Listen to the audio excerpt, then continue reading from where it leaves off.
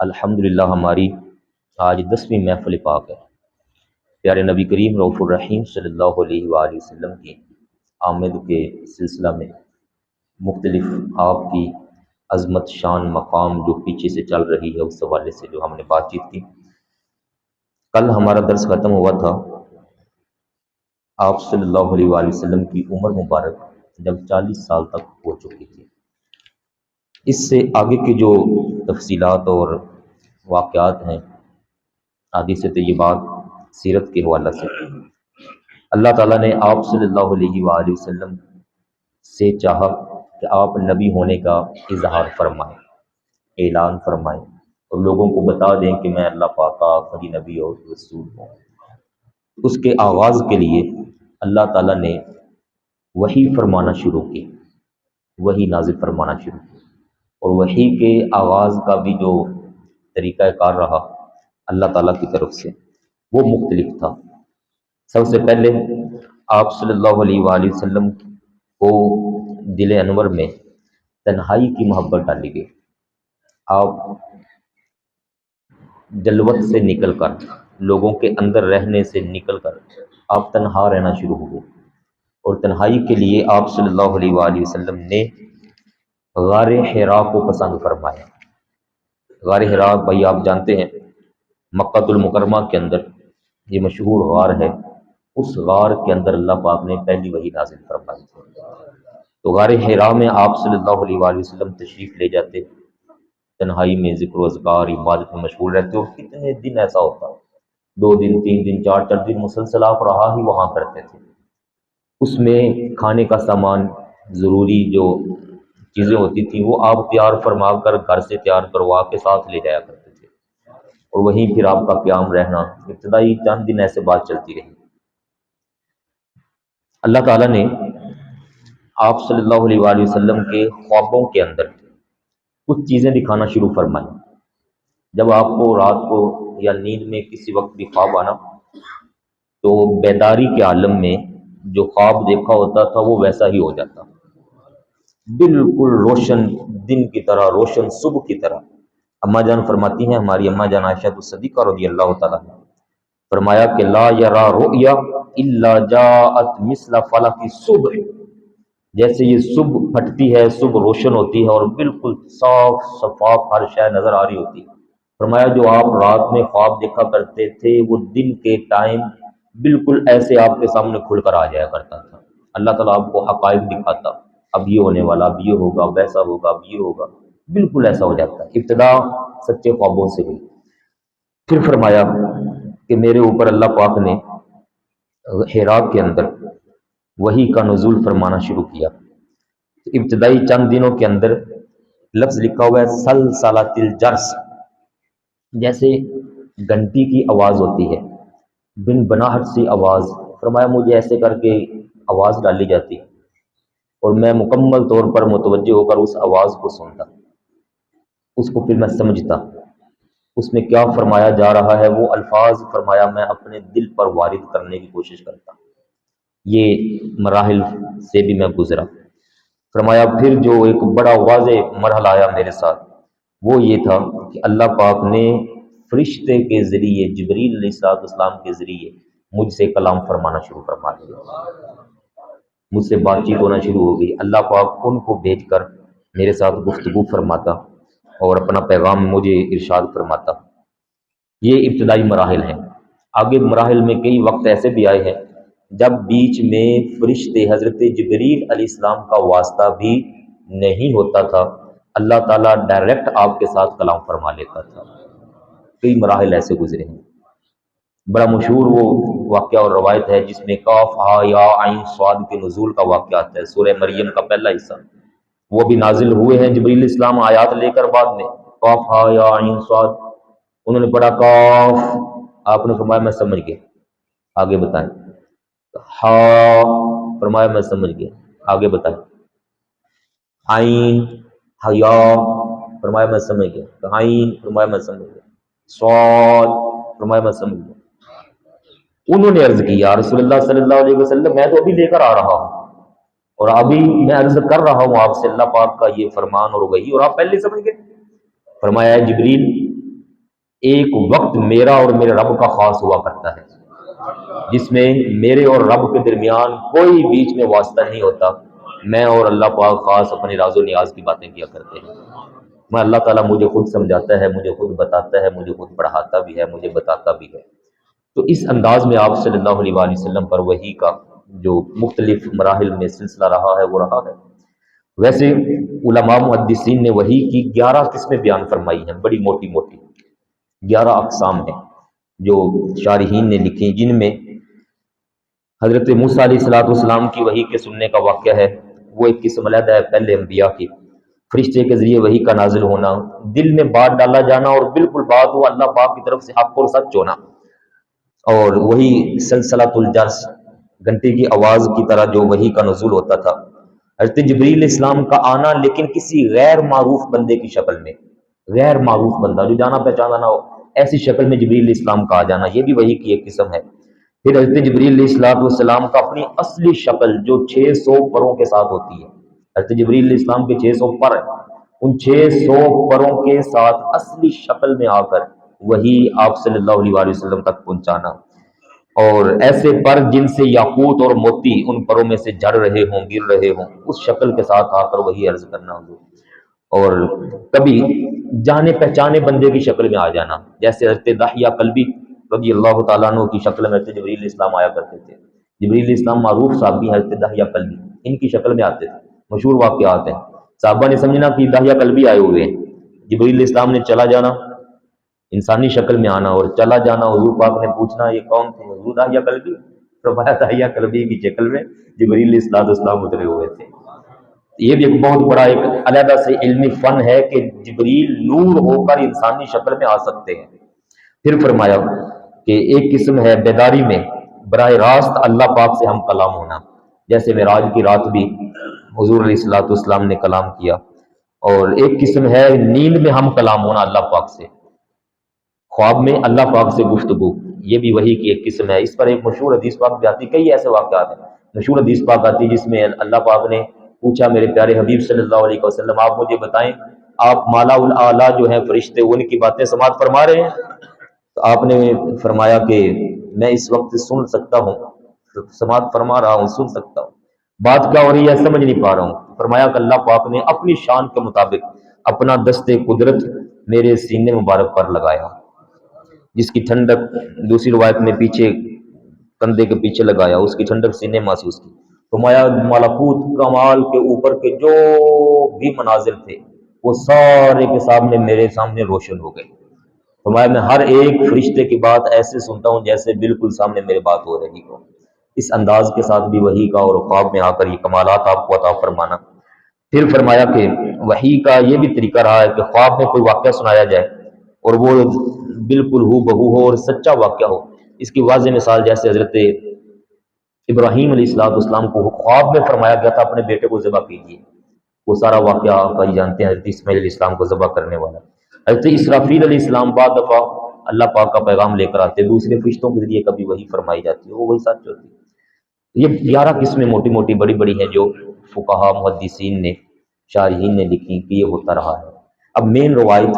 جو ہمارے آقا پاک صلی اللہ علیہ وآلہ وسلم کی طرف وحی کے بارے میں ہے، میں وہ سنانا آپ بھائیوں کو لازمی سمجھتا ہوں کہ یہ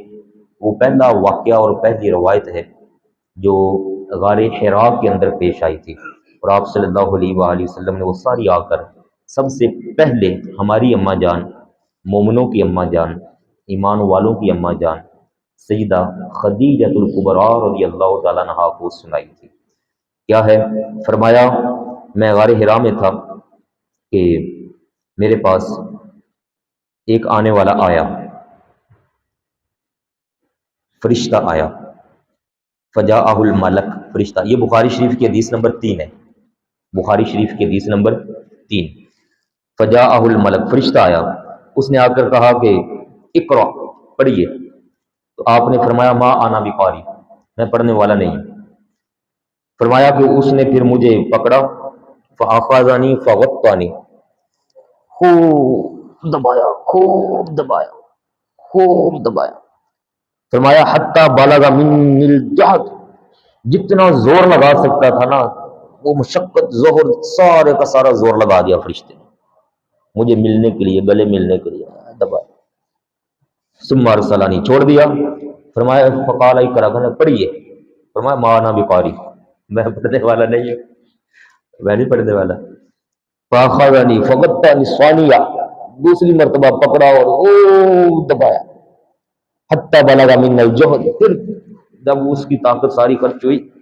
تو ثم ارسلنی، پھر چھوڑ دیا، فقال اقرا، پڑھیے، ما انا بقاری، میں نہیں پڑھنے والا۔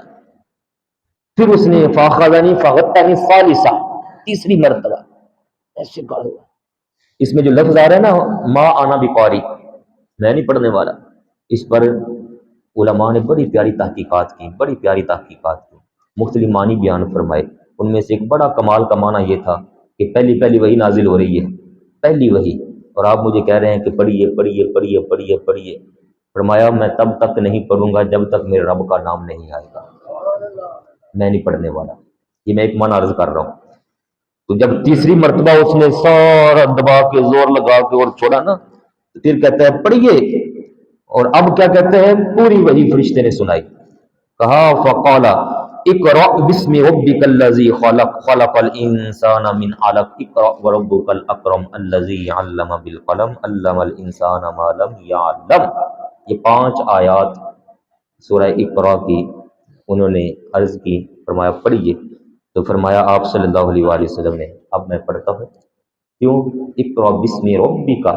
اب آ گیا کہ اپنے رب کا نام لے کر پڑھیے۔ ہاں میں نے پھر اپنے رب کے نام سے پڑھنا شروع کر دیا، وہ رب جس نے کہاں نور، کہاں آدم علیہ السلام کے اندر، اور کہاں اس کی منتقلی اور سارے ادوار کے اندر سے گزرنا، اللہ پاک کی نگرانی میں ہونا، اور آج اگر آپ فوری پڑھ دیتے اقرا اقرا اقرا، تو رب کا نام کہاں جاتا؟ فرمایا پوری وحی سناؤ گے تو پڑھوں گا۔ انہوں نے پھر جب پوری وحی عرض کیا اقرا بسم ربک الذی، اپنے رب کے نام سے پڑھیے، الذی، اقرا بسم ربک الذی خلق، اس پاک رب کے نام سے پڑھیے جس نے آپ کو تخلیق فرمایا ہے، جس نے آپ کو بنایا ہے، جس نے آپ کو یہ شان دی، مقام دیا، رفت دی، اس پاک رب کے نام سے پڑھیے۔ میں پڑھتا ہوں۔ یہ 5 آیات اتری تو آپ صلی اللہ علیہ وآلہ وسلم تشریف لائے جب گھر میں، یہ پہلا وہ واقعہ تھا۔ فدخل علی خدیجہ بنت خویلد، اماں جان کے پاس جب آپ آئے، ہماری اماں جان، آپ کی زوجہ مطہرہ آئے، تو آپ نے فرمایا زملونی زملونی، میرے اوپر چادر اڑا دیجیے، چادر، چادر شریف، چادر مبارک، زملونی، مزمل، یا ایھا المزمل، وہی چادر، زملونی، میرے اوپر چادر دیجیے۔ پہلی وحی کا برداشت کرنا، یہ آپ صلی اللہ علیہ وآلہ وسلم ہی کا کمال ہے۔ وحی کا بوجھ بہت بہت بڑا بوجھ ہے، اللہ پاک کا کلام اترا ہوتا ہے۔ اس وحی کے نزول سے پہلے آپ صلی اللہ علیہ وآلہ وسلم کا سینہ مبارک چاک کیا گیا تھا، آپ کے دل انور کو بڑے کمالات کے ساتھ بھرا گیا ہے۔ 4 مرتبہ میں نے پچھلی دفعہ عرض کیا تھا، ایک مرتبہ علیمہ سعدیہ کے پاس جب وہ سارا واقعہ پیش آیا، 10 سال کی عمر میں دوبارہ یہ واقعہ پیش آیا تھا، اور اب یہ تیسری مرتبہ جب وحی کا نزول ہونے والا ہے، تو اس میں بھی آپ صلی اللہ علیہ وسلم کا سینہ مبارک چاک کیا گیا، دل انور کو نکالا گیا، نوار و تجلیات سے بھرا گیا، اس کو دھویا گیا، اس کو مضبوط کیا گیا، اور سارا کچھ واپس رکھ کے سینہ مبارک کو جوڑ دیا گیا۔ اور 4تھی مرتبہ معراج کی رات ہوا تھا، جب اللہ پاک کے ساتھ شرف ملاقات کا وہ وقت تھا، تو اس وقت بھی دل انور کو نکالا گیا اور سارا وہ واقعہ پیش آیا تھا۔ تو فرمایا کہ اماں جان سے زملونی زملونی، اماں جان نے زملو، چادر اڑا دی، حتی ذہب عنہ الرعب، جب وہ وحی اترنے کا جو رعب تھا، رعب و دبدبا، اس کی کچھ کیفیت ساری ختم ہوئی، کیفیات ختم ہوئی۔ تو اماں جان سے فرمایا آپ نے کہ اے خدیجہ، مجھے اپنی ذات اقدس پر بھاری بوجھ کا خوف طاری ہے، بھاری بوجھ کا خوف طاری ہے۔ لگتا ہے کہ سارے نبیوں کی امانت کا وزن اور بوجھ وہ اللہ تعالیٰ مجھے عطا فرمانے والا ہے۔ گھبراہٹ ہے دل انور پر، فرمایا بہت گھبراہٹ بڑی ہے، بوجھ بہت بڑی ہے۔ اب ذرا تصور کر کے دیکھیں، جو کام 1,24,000 نبیوں نے علیحدہ علیحدہ کیا تھا اپنے اپنے دور میں، پیغام پہنچانے کا اپنی اپنی امت تک، اپنے اپنے ایریے تک، 1,24,000 قوم و بیش انبیاء علیہ السلام، وہ سارے نبیوں کا کام، سارے نبیوں کی ذمہ داری اکیلے تنے تنہا ایک واحد ذات ہمارے آقا پاک صلی اللہ علیہ وآلہ وسلم آپ کو اللہ پاک سونپ رہا ہے کہ جو کام وہ سارے مل کر اپنے اپنے دور میں کر گئے، اب اے میرے حبیب آپ ہیں وہ میرے پیارے حبیب صلی اللہ علیہ وسلم، اب وہ سارا کام آپ نے کرنا ہے، آپ اکیلے نے کرنا ہے، کیونکہ اب آپ آخری نبی ہیں، آپ کے بعد کوئی نبی نہیں آئے گا، اب آپ نے وہ کام کرنا ہے، جتنی بڑی شان اتنی بڑی ذمہ داری، اب آپ میرے حبیب ہیں، آپ کو میں نے سارے نبیوں کی سرداری عطا فرمائی، تو ساروں کا کام آپ نے اکیلے نے کرنا ہے۔ آپ صلی اللہ علیہ وآلہ وسلم پھر آگے جا کر آتا ہے کہ آپ نے اللہ پاک کی طرف سے جو محبت ہے اس کو قبول فرمایا، مولا جیسے تیرا حکم میں ویسے کروں گا، انشاءاللہ وہ آگے آئے گی بات۔ تو آپ نے جب خدیجہ پاک رضی اللہ تعالیٰ عنہ سے فرمایا کہ مجھے اپنی ذات اقدس پر خوف ہے، تو اماں جان نے بڑا کمال کا جملہ بولا، یہ 5 جملے ہیں اماں جان کے، ذرا سنیے گا۔ فرمایا اماں جان کلا واللہ،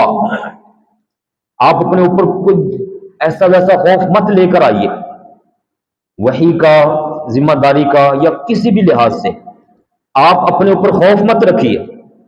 یہاں ایک طرف اماں جان ہے، دوسری طرف بیوی بھی ہے، اور وہ کل والے پچھلے واقعات بھی ذہن میں رکھیے گا کہ انہوں نے کیا کیا دیکھا تھا حضور علیہ الصلوۃ والسلام کا، جس وجہ سے انہوں نے نکاح کا پیغام بھیجا اور وہ سارے معاملات ہوئے۔ تو عرض کرتی ہیں کلا واللہ، ہرگز ایسا نہیں ہو سکتا، میں اللہ کی قسم اٹھاتی ہوں، ما یخزیک اللہ ابدا، اے میرے حبیب اللہ تعالیٰ آپ کو کبھی اکیلا نہیں چھوڑے گا، اللہ پاک کبھی آپ کو اکیلا نہیں چھوڑے گا، کبھی آپ کی شان نیچے نہیں جانے دے گا، کبھی ایسا نہیں ہو سکتا کہ کوئی کائنات کا بندہ آپ کو ڈیگریڈ کرنے کی کوشش کرے اور ایسا ہو جائے۔ فرمایا میں اللہ کی قسم اٹھاتی ہوں میرے محبوب کبھی ایسا نہیں ہو سکتا، اور اللہ پاک ایسا نہیں ہونے دے گا۔ کیسا جملہ اما جان نے ارشاد ہے، ما یخزیک اللہ ابدا، آبادا، کبھی اللہ پاک ایسا نہیں ہونے دے گا، جس نے وہ کائنات سے شروع سے لے کر اب تک آپ کو اپنی خاص نگرانی میں لا کر اب جب وقت آ گئے تو آپ کو اکیلا چھوڑ دے۔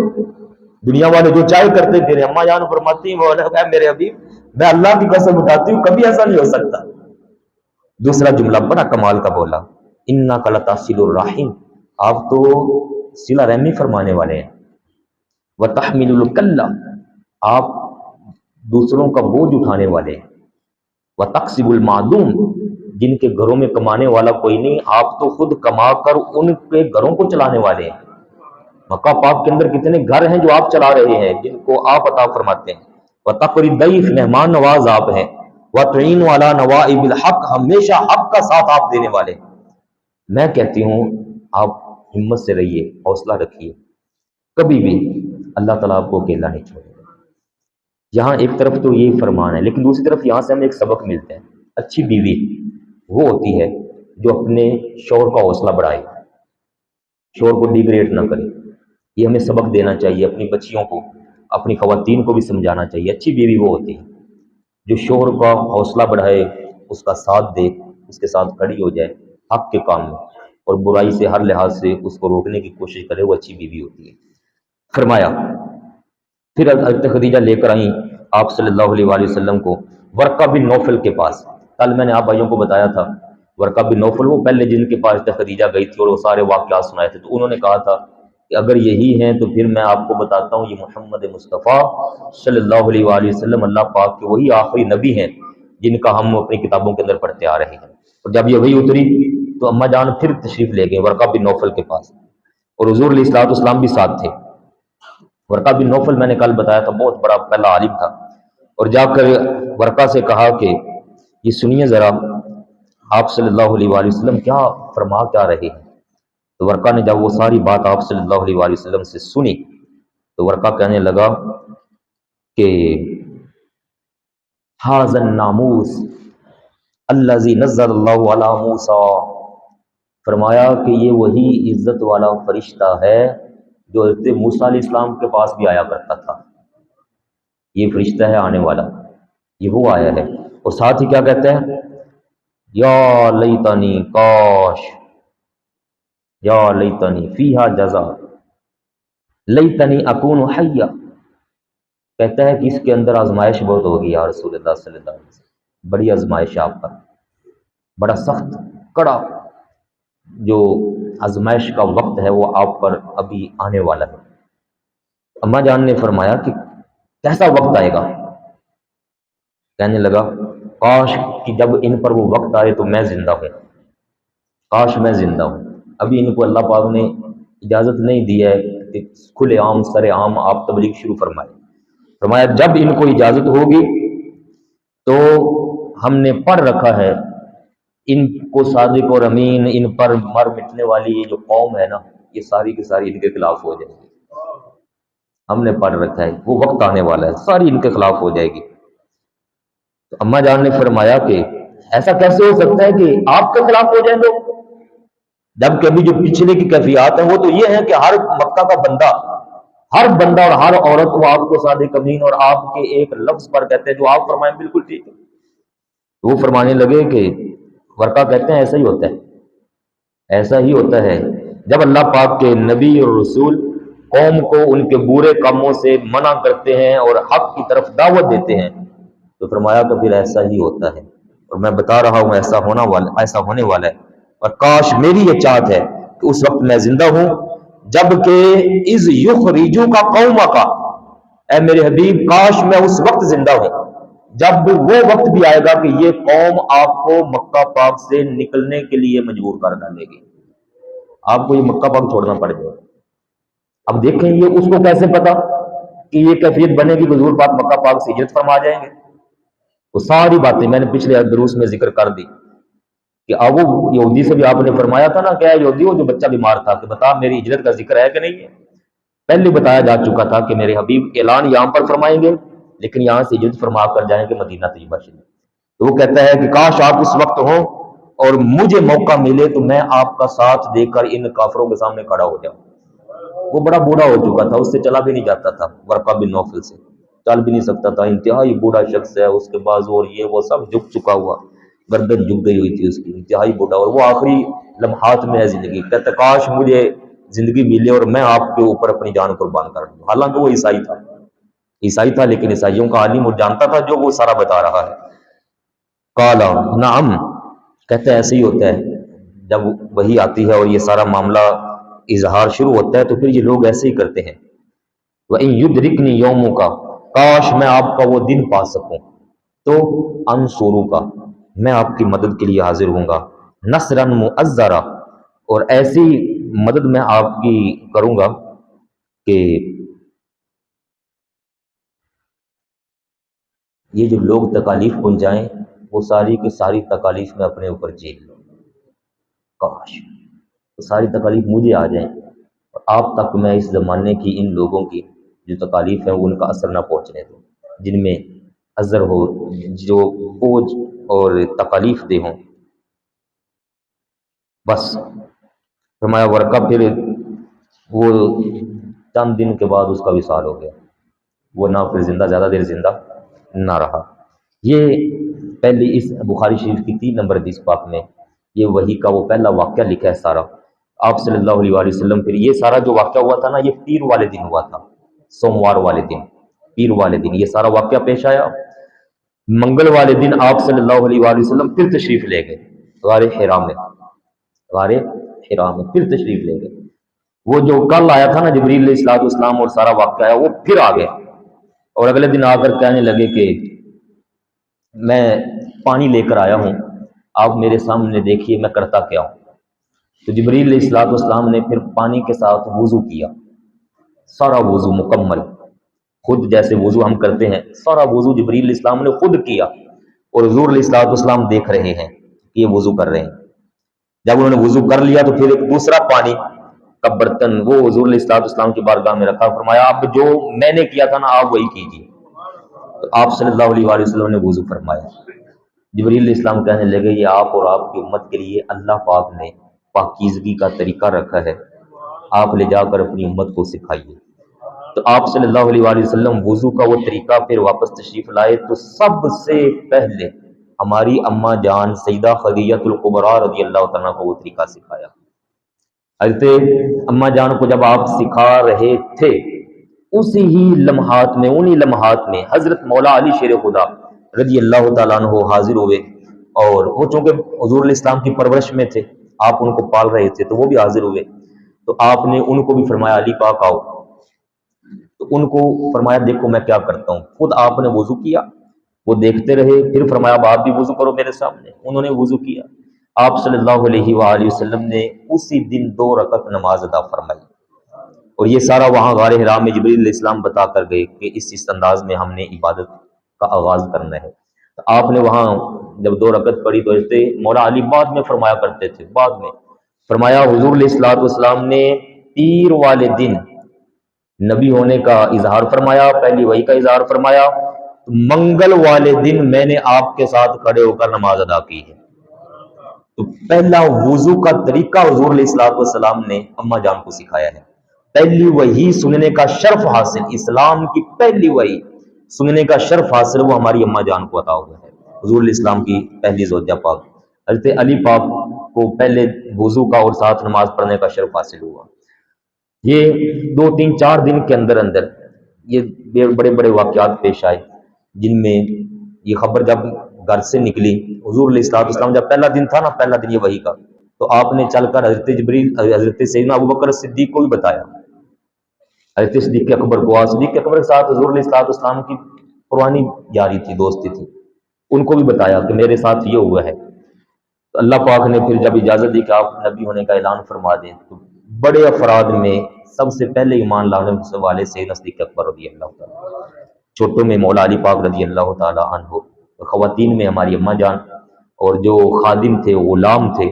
ان میں سے حضرت سیدنا زید رضی اللہ تعالیٰ عنہ، زید بن حارثہ رضی اللہ تعالیٰ عنہ، یہ 4 شخصیات پہلے ایمان لائے۔ پھر وقت آگے چلتا گیا، سیدنا عثمان غنی پھر آ گئے، پھر حضرت سیدنا فاروق اعظم آ گئے، حضرت سیدنا عبداللہ ابن مسعود آ گئے، دیگر صحابہ کرام کی پھر لائن لگ گئی۔ یہ پہلا وہ واقعہ تھا، میں نے ضروری سمجھا اس میں کچھ وحی کی اقسام اور وحی کا نزول اور ابتدا وضو، نماز، غار حرا سے آپ صلی اللہ علیہ وآلہ وسلم پر یہ سارا معاملہ شروع ہوا، اور اللہ پاک نے کائنات پر وہ جو شروع سے ازل سے ایک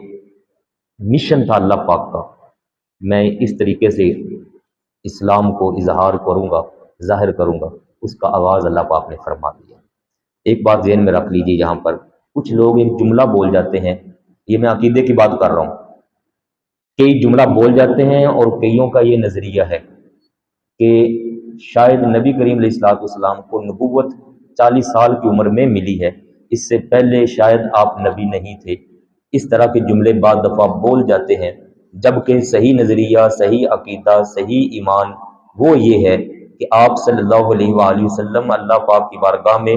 پیدائش سے پہلے بھی نبی، ولادت پر بھی آپ نبی، ولادت سے لے کر 40 سال تک بھی آپ نبی ہی کی شان کے ساتھ ہیں، اور 40 سال کے بعد ہوا یہ ہے کہ 40 سال پر آپ کو اجازت دی گئی اللہ پاک کی طرف سے کہ آپ اب ظاہر فرما دیں، اب اعلان فرمائیں، بتا دیں لوگوں کو، پہلے بتانے کی اجازت نہیں تھی۔ اس کو اس طرح سے ہم سمجھ لیں کہ پیارے نبی کریم صلی اللہ علیہ وآلہ وسلم کی نبوت کی 2 طرفیں ہیں، یہ میں بہت بڑی عقیدے کی بات کر رہا ہوں، اس پر بڑے بڑے ابحاث، بڑے مناظرے اور بڑے فتوے لگتے ہیں اس موقع پر۔ آپ صلی اللہ علیہ وآلہ وسلم کی نبوت کی 2 اطراف ہیں، 2 طرفیں ہیں، 2 طرح سے اس کی تقسیم ایسے ہو سکتی ہے،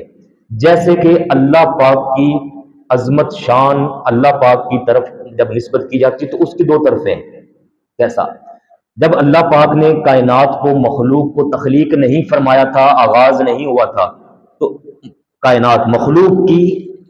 تخلیق کی ابتدا سے بھی پہلے اللہ تعالیٰ، اللہ پاک بھی تھا، خالق بھی تھا، رازق بھی تھا، سب کچھ تھا پہلے، وہ سمیع بھی تھا، بصیر بھی تھا، لیکن جب کوئی شے تھی ہی نہیں کائنات میں تو وہ خالق کس چیز کا؟ جب کائنات میں کوئی شے ہی کوئی نہیں تو وہ رازق کس چیز کا؟ مطلب وہ خالق ہے لیکن اس کا خالق ہونا ابھی ظاہر نہیں ہوا، وہ رازق ہمیشہ سے ہے لیکن اس کا رازق ہونا ابھی ظاہر نہیں ہوا تھا جب تک مخلوق بنی نہیں۔ جب مخلوق بن گئی تب اللہ پاک کا خالق ہونا ظاہر ہو گیا، خالق پہلے سے ہی ہے لیکن جب بنی تو خالق ہونا ظاہر ہوا، رازق وہ پہلے سے ہی ہے لیکن جب مخلوق بنی تو رازق ہونا اس کا ظاہر ہو گیا، سمیع سننے والا وہ پہلے سے ہی ہے لیکن جب مخلوق بنی تو گفتگو شروع ہوئی مخلوق کی تو اللہ پاک کی سمیع سننے والی جو شان ہے وہ ظاہر ہو گئی۔ اسی طرح ساری اللہ پاک کی عظمت شان کے مقام جن کا تعلق ادھر مخلوق کے ساتھ بنتا ہے، حالانکہ سارا کچھ اللہ پاک پہلے سے ہے، اسی طرح سے پیارے نبی کریم صلی اللہ علیہ وآلہ وسلم کی شان نبوت ہے، آپ کا نبی ہونا وہ سب پہلے سے ہے، آپ نبی کی شان کے ساتھ ہیں، لیکن نبی ہونے کا اظہار، نبی ہونے کا اعلان وہ تب ہوا جب اللہ پاک نے 40 سال کی عمر میں آپ کو اجازت عطا فرما دی۔ پہلے آپ کو بولنے کی اجازت نہیں، بتانے کی اجازت نہیں، ورنہ کتنے واقعات فرشتے آ کر بتا رہے ہیں، مبارکیں دے رہے ہیں اماں جان کو، اور دیگر دائیاں آ کر بتا رہی ہیں جو گرے آئی ہیں اماں جان کے پاس، خواتین آئی ہیں، اور یہ یہودی، یہ عیسائی، یہ سارے اعلانات کرتے پھر رہے ہیں کہ یہی نبی آخر الزمان ہے، یہی نبی آخر الزمان ہے، اور کوئی آج کا امتی آ کر کہہ دے کلمہ پڑھنے والا کہ نہیں جناب ایسا نہیں تھا، پہلے آپ نبی نہیں تھے، بس اس موقع پر آپ کو نبوت ملی ہے اور آپ یہاں سے نبی ہونا شروع ہوئے ہیں، تو ایسا نہیں ہے، یہ آپ بائی ذہن میں رکھ لیجئے۔ ہاں یہ کہا جائے گا کہ اس موقع پر اللہ پاک نے آپ کو اپنے نبی ہونے کی جو شان ہے، جو مقام ہے، جو آپ کا یہ گریٹ ہے، نبی الانبیاء، سلطان الانبیاء، سید الانبیاء، اس کا اظہار اور اعلان کرنے کی اجازت عطا فرماتی تھی۔ یہ نظریہ ہم ذہن میں رکھیں تاکہ کبھی یہ خیال نہ دماغ میں آئے کہ معاذ اللہ پہلے نہیں تھی اور بعد میں ہوگی، کسی نے کچھ کہا، کسی نے کچھ کہا۔ یہ وہ مین ساروں کا بیچ کا راستہ ہے جو اللہ پاک کی فضل سے ہمارے ایمان کو مضبوط رکھتا ہے۔ اللہ تعالیٰ ہمیں آقا پاک صلی اللہ علیہ وآلہ وسلم پر نازل شدہ سارے احکامات، ساری سنتیں اپنانے کی، ماننے کی توفیق عطا فرمائے۔ مانتے ہیں ہم، بس عمل میں تھوڑی سی مزید مضبوطی چاہیے، اللہ تعالیٰ مزید اپنے فضل سے ہمیں اعمال کے اندر بھی مضبوطی عطا فرما دے۔ والسلام علیکم ورحمۃ اللہ وبرکاتہ۔